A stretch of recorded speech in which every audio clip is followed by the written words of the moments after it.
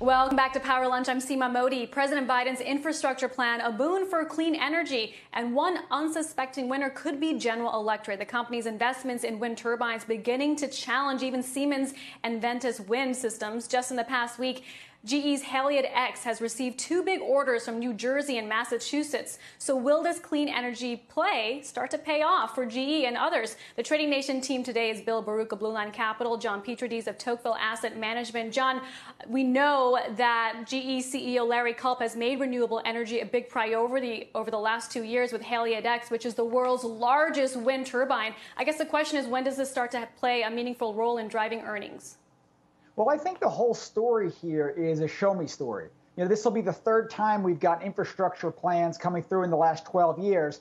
And I think it's been a cautionary to chase stocks purely on the back of infrastructure, specifically only one piece of the infrastructure plan. And then GE is the ultimate show-me story in its own right. So I take more of a pass in this situation and let the bill get kicked around first before we start running the winners and losers. There's probably better plays on the utility side in terms of alternative energy than purely GE. Bill, looking at the stock up 23% year to date, what's the key level to watch?